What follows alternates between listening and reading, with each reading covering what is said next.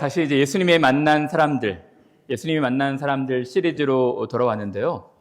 예수님이 만난 사람들 시리즈 설교하는 목적은 여러분들 중에 아직 예수님을 인격적으로 만나지 못하신 분들은 이 인물들 통해서 이 인물들이 어떻게 예수님을 만났을까 깨달으면서 우리도 예수님을 인격적으로 경험하는 그런 놀라운 은혜가 있게 되기를 소망하는 마음으로 말씀을 전하는 것이거든요. 오늘은 예수님이 만난 사람들 중에 삭개오, 굉장히 유명한 인물입니다.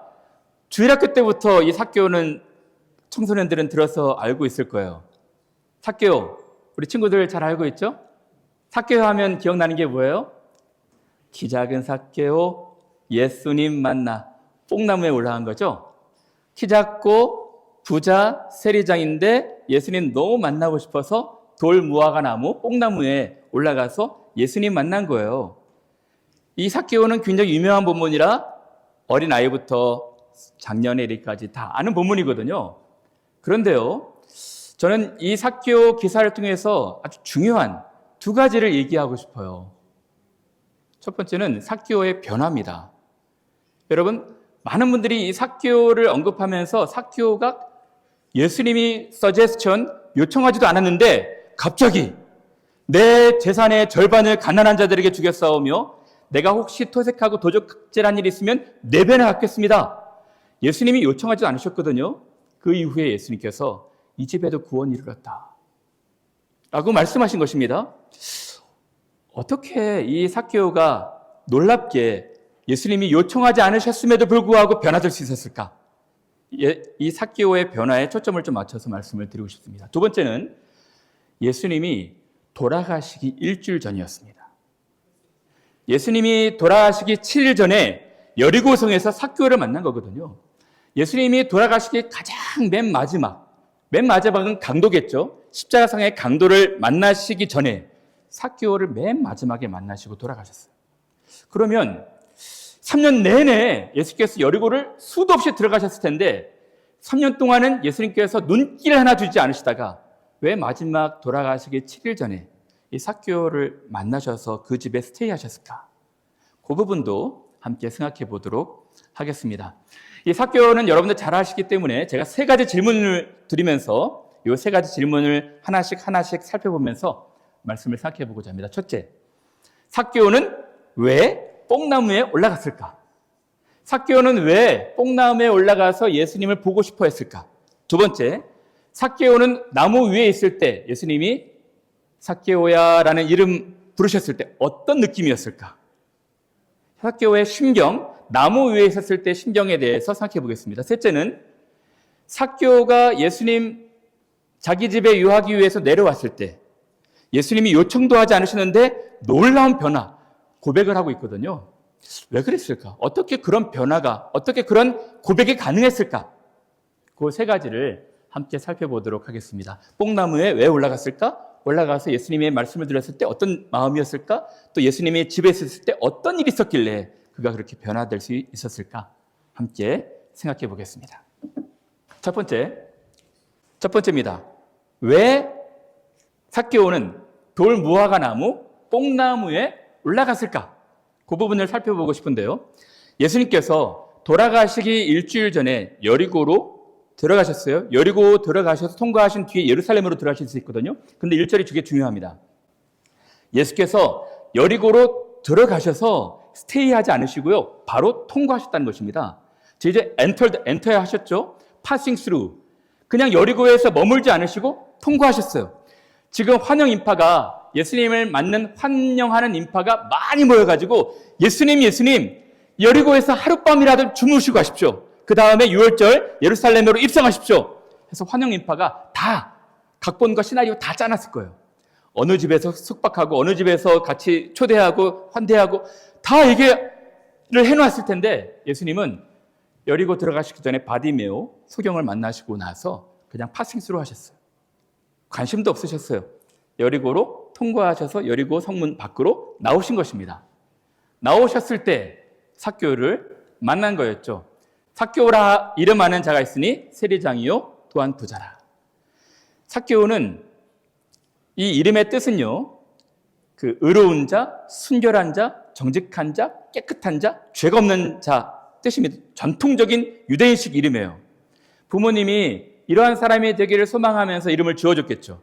의롭게 살아라, 순결하게 살아라, 깨끗하게 살아라 하고 이름을 지어줬을 거예요. 근데 삭개오는요, 그렇게 살질 않았어요. 탐욕스럽게 자기의 성공을 위해서 어떤 돈과 물질과 소유를 위해서 살았던 인물이었어요. 근데 예수님에 대한 소문을 들은 거예요. 예수님에 대한 소문을 듣고 어떤 사람인가 되게 궁금했어요. 어떤 사람인가 하여 보고 싶어 했습니다. 근데 키가 작고 사람이 많아 할 수 없다고 기록하고 있거든요. 그런데요, 우리 일반적으로 알 때, 삭개오는 키가 작아가지고 그 뽕나무에 올라가서 돌 무화과 나무에 올라가서 예수님을 구경했다. 다시 한번 생각해보면요, 삭개오의 나이가 몇 살이었을까요? 학자들이 추측하기로 적어도 40대, 아니면 5, 60대. 세리장 될 정도면은 나이가 많은 사람이었거든요. 어른이 아이들처럼 치기식으로 누구 보고 싶다고 해서 구경하기 위해서 뽕나무에 올라갑니까? 그렇지 않죠? 삭개오의 지위를 고려했을 때도 그건 가당치 않습니다. 삭개오는 굉장한 권력자요, 부자였어요. 삭개오는 여리고성에서 다닐 때마다 경비병, 로마 군인들, 호위병들을 데리고 다녔던 권력가였습니다. 그런데 뽕나무에 올라가가지고 어린아이처럼 이렇게 지켜보고 있었다고요? 그렇지 않습니다. 삭개오가 갖고 있는 권력, 지위를 고려했을 때 가당치 않았던 것입니다. 그러면 진짜 이유가 무엇이었을까요? 여리고 성 안에는 경비병, 로마 군인이 있지만 성 밖에는 경비병, 호위병이 없거든요. 혼자 호를 단신으로 지붕 위에서, 발코니에서 볼 수 있었을 텐데 지금 혼자 뽕나무에 올라가가지고 예수님을 보고 싶어 했던 거예요. 앞으로 달려가서 보기 위하여 돌 무화과 나무에 올라가니 이는 예수께서 그리로 지나가시게 되밀어라. 많은 분들이 추측하기로는 성공을 위해서 달려왔던 삶, 아버지 유대인은 네가 깨끗하고 의롭고 정직하고 착한 사람이 돼야 된다라고 이름을 지어줬는데 그건 다 내팽개치고 자기는 오직 소유, 물질, 성공만 바라보고 매국노 취급받으면서 동족들의 혈세를 빨아먹는 사람이라고, 창기만도 못한 놈이라고 취급받으면서 온갖 욕은 비난은 다 들으면서 물질, 소유로 살았던 거예요. 근데 소유만 있으면, 물질만 있으면 어느 정도 정상의 자리에 올라가면은 행복할 줄 알았거든요. 전혀 행복하지 않고 공허하고 허전하고 쓸쓸했던 것입니다. 그래서 삶이 행복한 삶인 줄 알았는데 너무 불안하고 불행했는데 자기 부하들, 세리들이 예수님의 친구가 되고 예수님과 함께 교제하고 그런 소식들을 많이 들었겠죠. 예수님이 궁금했을 거예요. 대체 예수라는 사람은 누구인데 저렇게 아무것도 가진 것 없는 사람 같은데 잠자리도 없어가지고 그렇게 밖에서 잠자고 일숙하고 그럴 때가 많은데 저렇게 행복할 수 있을까? 궁금했던 것 같습니다. 그래서 예수를 보고 싶어서 달려가서 보기 위하여 돌 무화과 나무에 올라가니 이는 예수께서 그리로 지나가시게 됨이러라. 그런데요, 이 삭개오가 올라간 나무가 되게 재밌습니다. 우리가 알기로는 뽕나무, 그렇죠? 돌 무화과 나무잖아요. 여리고성은 종려나무, 팜트리, 종려나무가 가득한 그런 성읍입니다. 그래서 예수께서 예루살렘에 들어가실 때도 종려나무 가지를 깔았잖아요. 제가 가보니까 뽕나무가 많이 없어요. 근데 이스라엘 갔을 때 어떤 가이드가 이 나무가 삭개오가 올라간 나무입니다.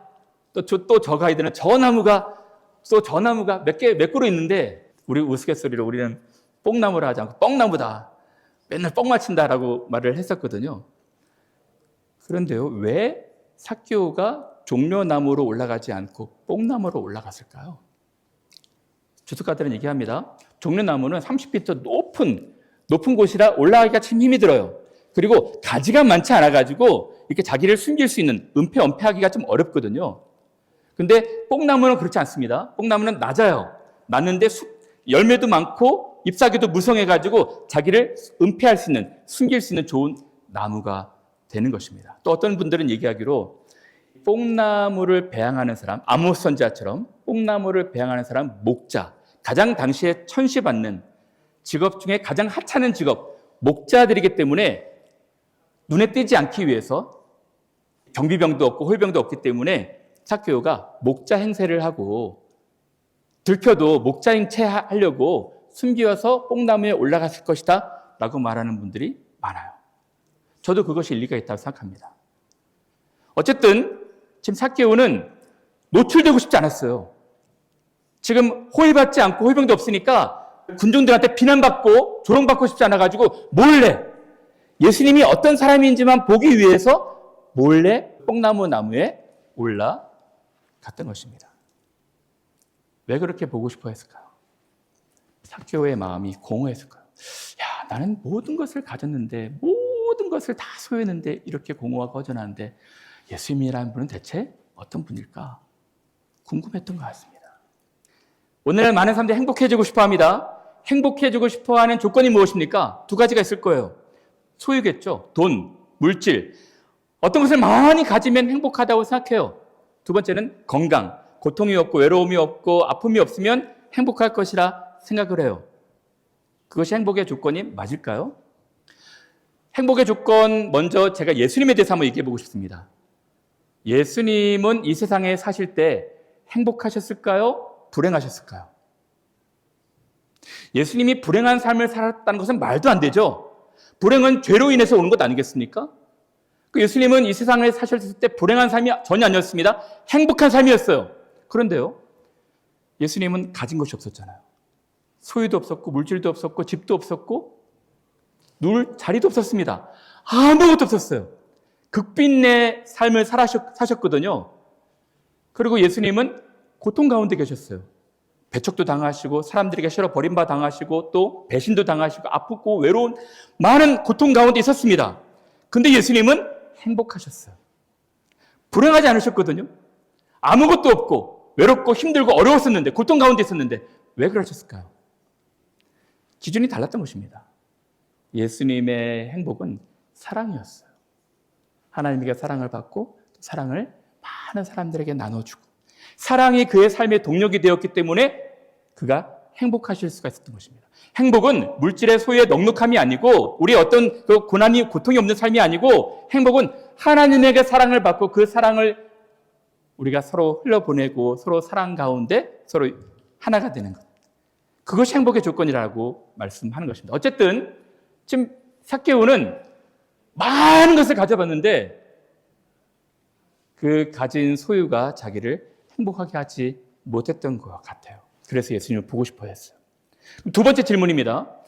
열심히 올라갔어요. 나무에 올라갔는데 예수님은 몰래 관찰하고 싶었는데 갑자기 덜컥 예수님께서 자기 이름을 부르시는 거예요. 삭개오야. 자기가 발각돼 버렸습니다. 그러면 이 나무 위에서의 삭개오의 심경은 어땠을까요? 제가 세 가지 감정으로 한번 준비를 해봤는데요. 첫 번째 감정은 두려움이었습니다. 공포였어요. 예수께서 말씀하십니다. 예수께서 그곳에서 쳐다보시고 이르시되 삭개오야, 삭개오야. 왜 두려움, 공포 가운데 떨었을까요? 군중들 때문에 그렇습니다. 여러분, 삭개오는 어디를 다녀도 항상 경비병, 호위병들 대동하고 다녔어요. 왜냐하면 민족의 반역자, 매국노, 그리고 민족의 혈세를 빨아먹는 사람이라고 해서 얼마나 많이 비난을 받고 조롱을 받았겠습니까? 근데 지금은 경비병 없이 혼자 목자 행세를 하고 올라왔던 것이거든요. 근데 예수께서 갑자기 노출시켜버렸어요. 삭개오야. 모든 군중들이 예수님을 따라다녔던 군중들이 다 일제히 주목하지 않았겠습니까? 삭개오를 바라봤을 거예요. 저놈 삭개오네? 혼자밖에 없네? 딴에는 창핀을 아는지 목자 행세를 하고 있네? 해가지고 많은 사람들이 삭개오를 주목하면서 굉장히 비난하고 조롱하고 심지어는 집단 린치까지 테러까지 생각해 볼 수 있는 위기 가운데 있었던 것입니다. 저럴 기회 아니었겠습니까? 저럴 찬스였어요. 세리도 막 밉고 창기처럼 미운데 세리장이 저기에 있으니까 군중들이 막 소유하지 않았겠습니까? 예수님의 말씀이 궁금했을 거예요.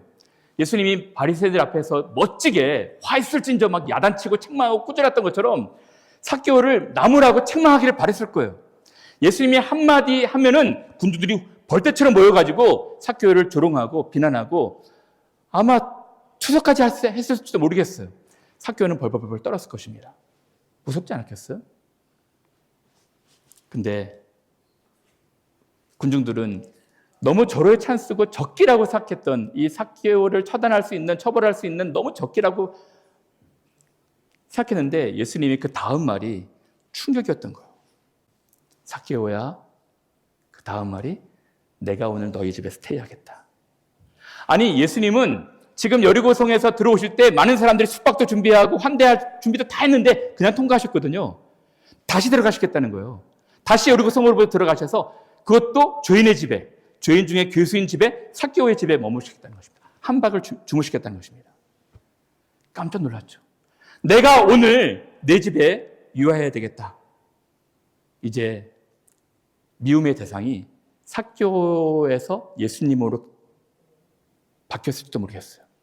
너무 섭섭하지 않았겠습니까? 아니, 예수님 불의를 보시면 좀 강하게 야단치시고 책망하시고 정죄하시고 좀 비난하셔야지 삭개오의 죄인의 집에서 머무신다고요? 유하신다고요? 굉장히 섭섭했을 거예요.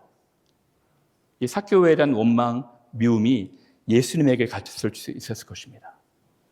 어떻게 저런 죄인을 아무렇게 나무라지도 안 하시고 그 집에 가서 먹고 자고 주무실 수가 있었겠지? 군중들은 수근수근 거렸을 거예요. 급히 내려와 즐거워하며 영접하거늘 무사람이 보고 수군거려 이르되 저가 죄인의 집에 유하러 들어갔도다. 예수님까지도 미워하게 된 것입니다. 여러분, 첫 번째 이 나무 위에서 삭개오야라는 이름이 호명됐을 때 삭개오의 마음은 두려움과 공포였고, 두 번째는 안도감이었고, 예수께서 자기 집에 지금 경비병과 군인은 없지만 예수님 일행이 자기를 호위하면서 안전하게 집으로 들어갈 수 있겠구나, 안도감이었을 것입니다. 더 결정적인 그 마음은 따뜻함이었어요. 무슨 말입니까? 여러분, 예수께서 삭개오야라고 이름을 불러주셨어요. 아까도 말씀드렸지만 삭개오의 이름은 의로운 자, 정결한 자, 순결한 자, 깨끗한 자, 죄가 없는 자예요. 아무도 누구도 그렇게 생각 안 합니다. 너무 불순한 자, 너무 탐욕스러운 자, 죄가 많은 자, 죄인 중에 괴수인 자, 그리고 너무 부정의한 자, 정의가 없는 자, 그리고 제가 볼 때는 이름도 부르지 않았을 거예요. 나쁜 놈이라고 욕지거리 하면서 그 이름도 바꿔서, 우리가 비호감인 정치인들 그냥 이름대로 부르지 않잖아요. 나쁜 감정을 섞어서 부르지 않습니까? 누구도 그렇게 다정다감하게 삭개오를 부르지 않았을 거예요. 근데 의로운 자야, 깨끗한 자야, 삭개오야, 내려와라. 자기 이름을 너무 따뜻하게 불러준 거예요. 거기서 마음이 무너져 내렸을 것 같아요. 김춘수 씨의 꽃인가요? 우리 옛날에 그 김춘수 씨 글을 배울 때 내가 그의 이름을 불러주기 전에는 다소 몸짓 하나에 불과했지만 내가 그의 이름을 불러준 이후로 그는 나에게 꽃이 되었다. 그런 시가 있어요. 여러분, 한 사람의 이름을 다정다감하게 불러줄 때 감동이 되는 것 아십니까? 그 연예인 중에 미모의, 진짜 우리 때 아주 최고의 미모의 여배우였는데, 그 연기파 배우, 남자 배우인데 이렇게 뭐 외모는 수려하지 않아요. 근데 연기를 너무 잘하는 그 배우와 열애설이 터져가지고 뭐 기자들 찾아가가지고 열애설 인정해달라 뭐 얘기할 때 그 미모의 여배우가 열애설 인정하면서 그 한마디를 했어요. 대체 그 남자 배우가 뭐가 좋아서 그렇게 사귀게 됐습니까? 그때 그 여배우가 그렇게 얘기를 했어요. 다른 사람들이 자기 이름을 불러줬을 때는 아무런 감흥이 없었는데 그 배우가, 그 남자 상대가 자기 이름을 불러줄 때 따뜻함이 느껴졌다는 거예요. 그 굉장히 핑 하고 벨 소리 들리듯이 감동이 되었다는 것입니다. 삭개오가 그랬을 거예요. 예수께서 아무도 불러주지 않은, 다정다감하게 불러주지 않은 그의 이름을 삭개오야, 내려와라. 내가 오늘 너희 집에 세이할 것이다. 라고 말씀하셨습니다. 그리고 예수께서 호위하셔서 삭개오의 집에 들어가셨어요. 문제는 여기서부터입니다. 삭개오가 자기 집에 모셨을 거예요. 모셔가지고 극진하게 예수님을 대접하지 않았겠습니까? 근데 예수님을 대접하긴 했지만 한편 마음으로는 긴장도 했을 거예요. 왜 그럴까요? 예수께서 딱 오시는데 가난한 사람들의 집과 일반 평민들의 집과는 너무 다른 거예요. 휘황찬란하고 너무 귀중한 것들이 가득한 것입니다. 마당을 거니셨겠죠? 정원을 거니셨을 것입니다. 식전에 차 한 잔 마시면서 또 얘기를 나누셨을 거예요.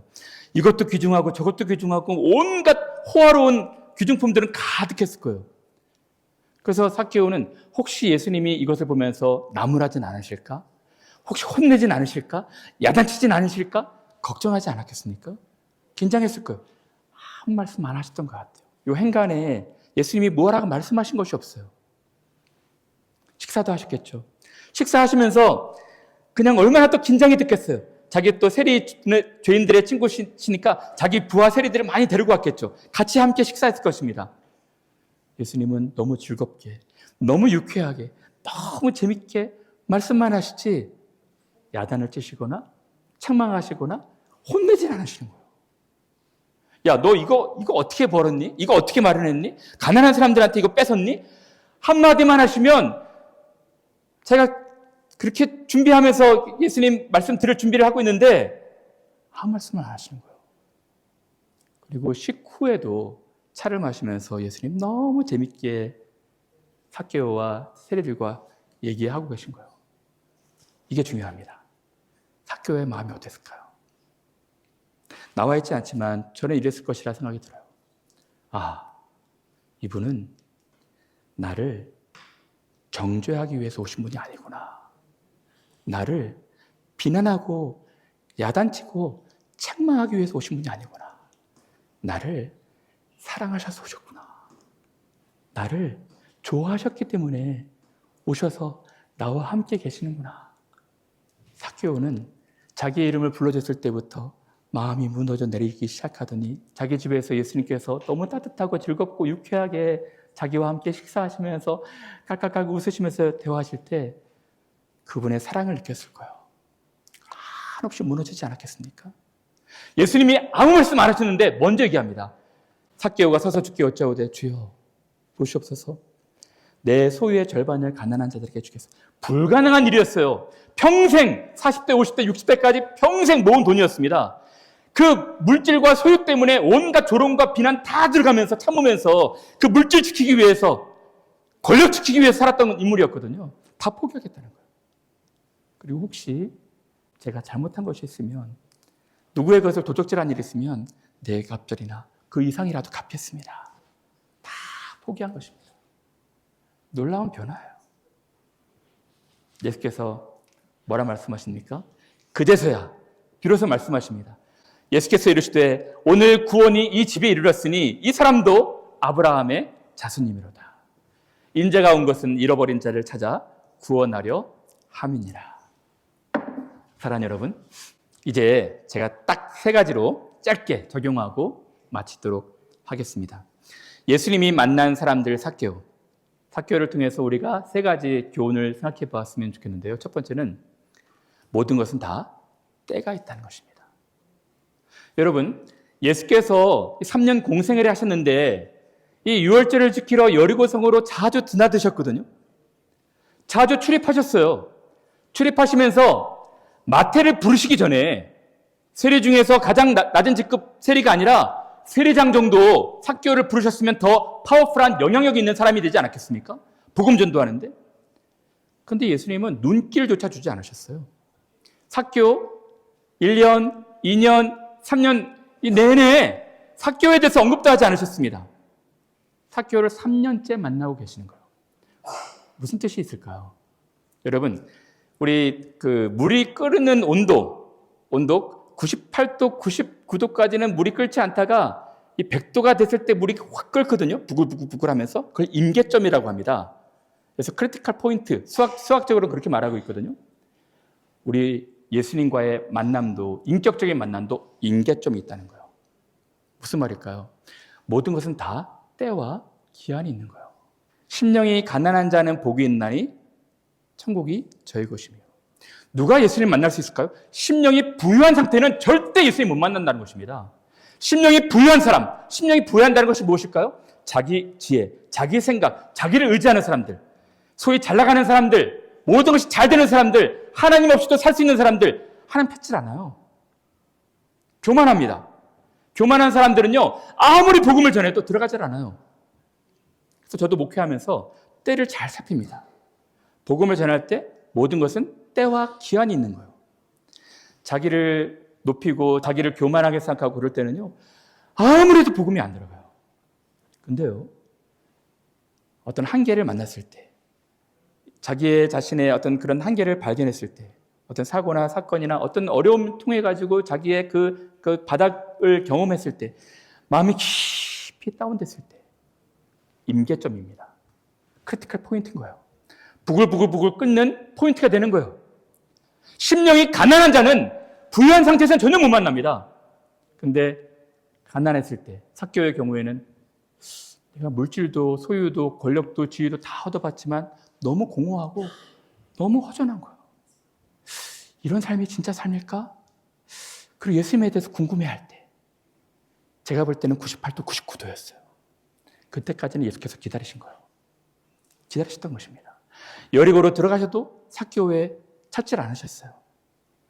그러나 삭개오가 준비되었을 때, 예수님 만날 때가 되었을 때, 삭개오야, 내가 너희 집에 스테이하겠다.